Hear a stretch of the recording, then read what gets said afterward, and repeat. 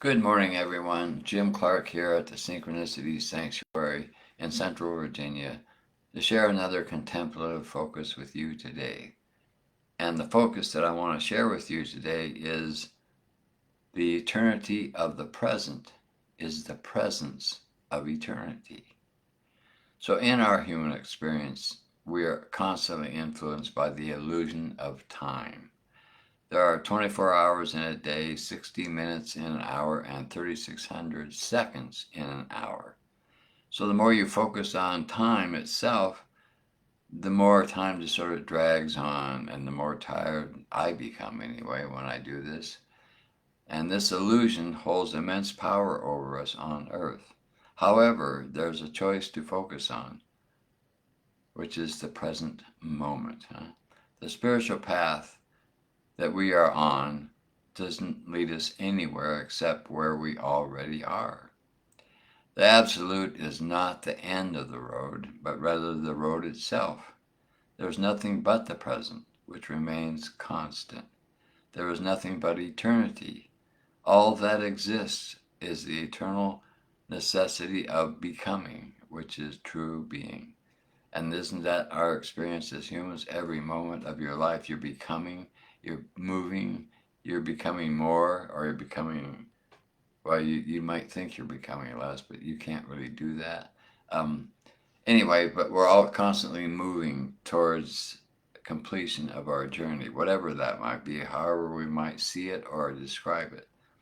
So the eternal moment, which is a constant, is the goal that we want, but what gets in the way of our full realization of that goal, if you will, is our mind, the constant thinking, ego-driven mind, which constantly comes up with interpretations of the eternal moment, or different variations of it, or denial of it.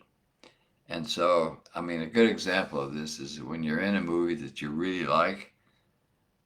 I mean, it may be an hour and a half or 2 hours long, but all of a sudden, to you, it may seem like it's only a half an hour or so because you're so present to that movie that your thinking mind ceases to bother you while you're so focused on it because you've chosen unconsciously or consciously to be focused on that movie. Now, if you could do that with the moment, no matter what's in that moment, whatever the content might be, if you are constantly focused really fully in every moment, that's would be your experience, And pretty soon time wouldn't exist for you anymore. The only thing that would exist is what's true, the moment that is present to you in that moment, which is kind of redundant. But anyway, that's what you would be focused on, but without effort. And this is why we meditate and why meditation is the primary balancing technique and has been throughout the ages to enable human beings to realize their true self, their original face, if you will, that they too are the eternal moment that is and that simply is. And so, and what do you do when you meditate? Think about it for a minute. It's like you're in the movie and you've got a technique. Could be a mantra, it could be a candle flame, it could be almost anything. But you are intentionally, consciously trying to focus on one thing when you meditate. And that is why you and how you develop the capacity to start to get the experience of the eternal moment that is now, including this moment while I'm speaking, while I'm watching my monitor, while I'm doing this live stream. This is no different. This is part of the eternal moment that is filled with my activity in this moment here at the Synchronicity Sanctuary. But even though there's activity, the eternity of the moment is the essential truth of every moment, including this one.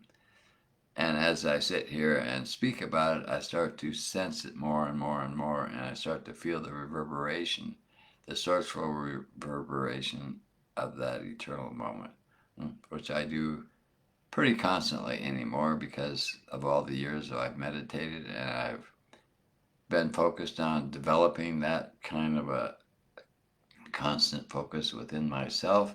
And I do so simply because it feels good. I feel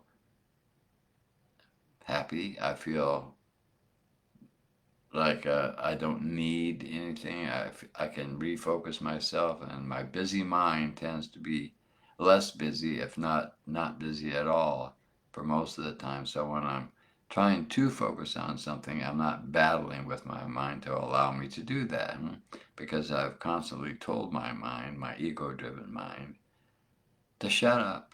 If I want you, I'll call on you, and that's it. So it can serve us while we're still in the human experience, but it's not necessarily the other way around, which is what most people in this world seem to be um, experiencing, is that they are the servants of their ego-driven mind because they don't even know what it is. They only know it's a mind, their mind, and that's it. They've never even dabbled in spirituality, meditation, anything that would bring them deeper into their own being and the processes that we encounter within that experience. So they have no balance, and they have no ability to maintain a constant focus for more than maybe a millisecond here and there. And so they're just, life is going by like a busy city street, car after car after car, thought after thought after thought. And it's hard for them. I mean, they might sit down and read a book, and for a while they're in that activity, relative to their normal experience, they'll be more focused, and they'll have a deeper and more relaxed experience within that, we hope, anyway. So that's really what this is all about. The eternity of the present is the presence of eternity, and it can never be other than it is. And yet we can try to make it other than what it is, but this requires a constant effort on our part to do. And that constant effort is what tires people out. Why after so many hours of doing anything, we start to get, what do you say, tired or bored, so forth and so on. We need a break. What's a break? We want to move on to something else, because if we do that, we think that we'll be refreshed. But in truth, a real refreshment, the real rest from this kind of constant thinking, is to meditate. Because once you get into your meditation, once you develop enough balance within yourself, and you are meditating, what your experience will be was the eternal moment that you are. And in that experience, this is what we call fulfillment. This is where we can experience various aspects of ourselves that are not physical and are very rewarding, very blissful, and very, so we say, nourishing. And when you're constantly in that experience to any degree at all, you're way ahead of the game here on earth, because you're not wearing yourself out in the way that most people are around you. And sharing that presence with other people without saying a word is also helping them. It's giving them a small taste, whether they notice it or not. And this is what we practice here. We don't practice preaching, because that's not what we're doing here in this broadcast either. We're just there to help add to the positive polarity that exists in the universal consciousness here on earth, the collective consciousness that is the human experience on earth. So the more people that do this, the more balanced the whole becomes. And this is hopefully what is happening today, although you won't read about it, it's not in the media, but I notice when I go on the internet, when I go on media such as YouTube or just the news and just articles like news articles and stuff like that, I see more and more people on the internet who are talking about meditation, teaching meditation, doing meditation. So I'm so happy that that's happening, because when I first came here back in the 90s, there was no internet, and reaching people to help them with their meditation was a lot more difficult.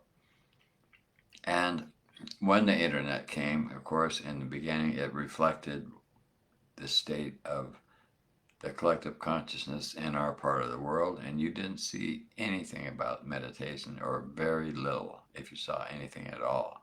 We had a website way back when, but it certainly didn't get the traffic and attention that it's getting today. And that's simply because more people are aware of it. More people are looking for some way to get into the eternal presence and the presence of eternity. Even though they don't know that, they probably don't have that kind of a description of what they're looking for. They're looking for something to ease their pain, something to make them more relaxed, something to be more fulfilling in their life and give their life a meaning, which ultimately is the fulfillment of becoming your truthful self. Because that truthful self is blissful consciousness, because that really is all there is. And there can be nothing else but the truth. Although there can be the illusion of something else, which is what we're here in the human experience to experience. And we're here to experience all these illusions and to journey that until we are complete with it. And once we're complete with it, what that means is that we are fulfilled in the negative part of the journey. We've suffered the experience of separation and fear-based experiences on earth until we reached a point where we can now shift to a conscious exploration of the positive polarity, which is when meditation shows up in your life in some form or other, in some time frame or other. And then from that point on, not that all suffering is over by any means. I don't think you're going to exist in a human body without suffering. I know just growing old is a form of suffering in some ways. But this is what we are doing. This is the journey of becoming, which is the true being. We are moving to the full realization of who we really are. Who we are. When you drop the body, when you die, that's a liberating moment, because the contractions and the limitations of a physical human body are no longer in your experience. And when you drop that, your expansion is free to be what it is, and without distraction, and that's a very liberating moment. So I remember a Sufi saying that I always loved to bring myself back to, and that's that the world is upside down. We should be crying at birth and celebrating at death, because another being is now free from the human illusion and the suffering that comes with that experience. And even if it's just temporary, it's a break. It's the kind of break that they've actually been looking for while they were busy suffering their way through their life in the human experience. So, the influence of time. Why are we influenced by time? Because we created time. And time, as I mentioned earlier in other live streams, whatever we create, it's our creation. Whatever we make of what is our creation. And it's only a reflection of where we are in our own journey. So if you're creating boredom, if you're creating some form of suffering or worry or problems after problems, that's because you're choosing to be in that state. And if you haven't meditated, if you haven't developed balance, it's very hard for you to choose anything else. So, I think that's about it for today. Be in the eternity of the present and experience the presence of eternity. That's what I wanted to share with you today. I thank you so much for being here and watching, and I'll be back again next week to share another contemplative focus with you. Thank you so much.